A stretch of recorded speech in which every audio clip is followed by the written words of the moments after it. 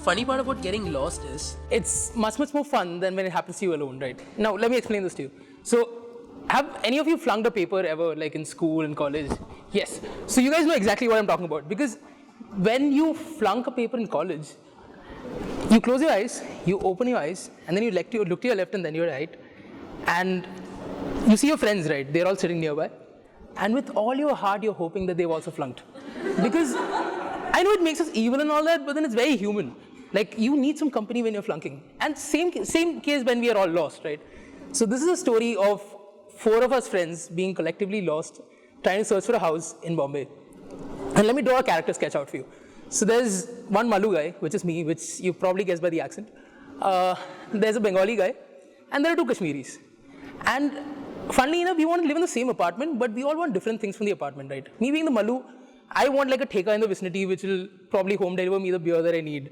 But if you look at the Bong guy, he pretty much wants like so take PVR in one hand, take a fish market in the other, put your hands together. That's exactly what he wants. He'll be the happiest person on earth. And then we go to the Kashmiri guys, right? And we're thinking, what are going to be their expectations from the home that we're going to get? And they go, guys, let's just get a place to live in and we'll be more than happy. And we're like very surprised that they're not very demanding with the house demands. So, and I get my answer to my question when I go house hunting with them. So we all go house hunting. And so house hunting basically happens in levels. So you clear level 1, it's like a game, right? You clear level 1, then you go to level 2, and that's how it goes. So level 1 is a seemingly harmless question. They ask you, what's your name? And my name is Sankar. So it's 2 gods' names jammed into one name. You don't get luckier with names. So I have anyway got the house. Then my friend Shayantan Mukherjee, so he also gets through with flying colors. Then comes my Kashmiri friend's turn, where they go, so they're named Irfan and Imran Bukhari, right? And they're from Kashmir. So they say Irfan and Imran Bukhari, and that's game over for them, right there. So they don't get the house. And okay, funnily enough, we lose 2 lives, but we still 2 of us left. We go into the second round. We reach the second round, and possibly nothing can go wrong, right? We are ready to kick the second round's ass. And we can almost smell the new house. And we're just standing there, and they go, beta, kaam kya karte ho? And I worked in colors at that point of time, and my friend worked in motion pictures, Viacom 18, which collectively meant media. And this was Andheri West. I did not understand this, but then they said, media wala ko hum ghar nahi dete, aap log bas party aur drugs karte ho, aap logo ko ghar nahi denge. And I don't understand this happening in Andheri West, because that's exactly where all the media people live. So anyway, so that happened. And then finally a D-Day came, right? So this day we are supposed to vacate the house. We have time till like 6 o'clock in the evening. And everybody's flustered, everybody's scared. Like you would never see 2 fairer guys in life. Imagine 2 Kashmiri guys, already fair, and colors drained out from their faces, right? So you can almost see through them. They're translucent now. And you're just standing there. And this is around 10 in the morning. 11 in the morning, our guardian angel comes in the form of Ankita, who's a very, very good friend. So Ankita comes and she's like, hey guys, I have a place and my parents are not in town for a week. So why don't you guys come crash with me? And, color starts returning to the Kashmiri guy's face. Do not have to see through them anymore. Like, things are starting to get better, and we start packing. So we pack, and 6 sharp, we are out of the house, just like the contract said. We are out, 4 guys, 4 suitcases each. So it's like 16 suitcases and 4 guys. We are out waiting for the cab when Ankita gets this call. So Ankita gets a call, and she goes to the side, and she starts talking. And she's clearly distressed, right? She's having a very heated up conversation.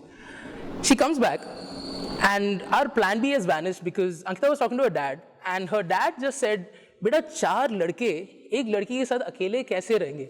So, and he gave a very valid reason. He said, mujhe to koi problem nahi hai, lekin society kya bolega? So that was the end of that for us. And we have no money, right? We've hardly got any money. And we've got hardly any charge in our phone because we thought we were going to Ankita's house.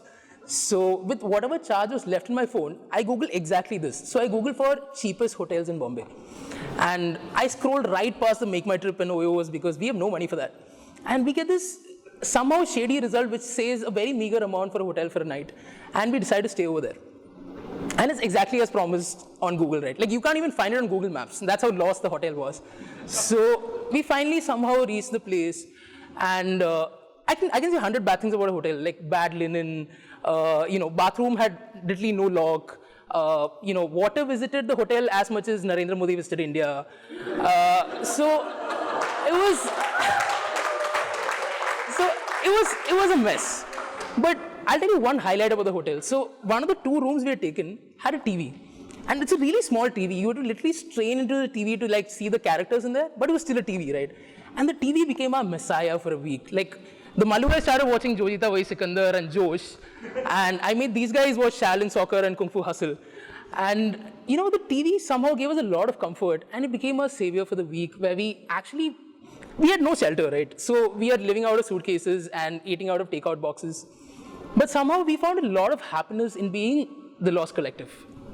And if you guys are gonna think that, you know, I'm gonna end the story by saying, you know, after a week we all found a place and lived happily ever after, no.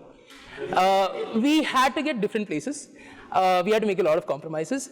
But just like college and just like that week, when I closed my eyes and when I opened my eyes and then I looked to the left and then looked to the right, so there are these guys who are lost in the audience right now who come here to support me. And they've probably not heard a word of what I'm saying right now, but the moment I say thank you, they're all gonna clap really, really hard because that's their cue.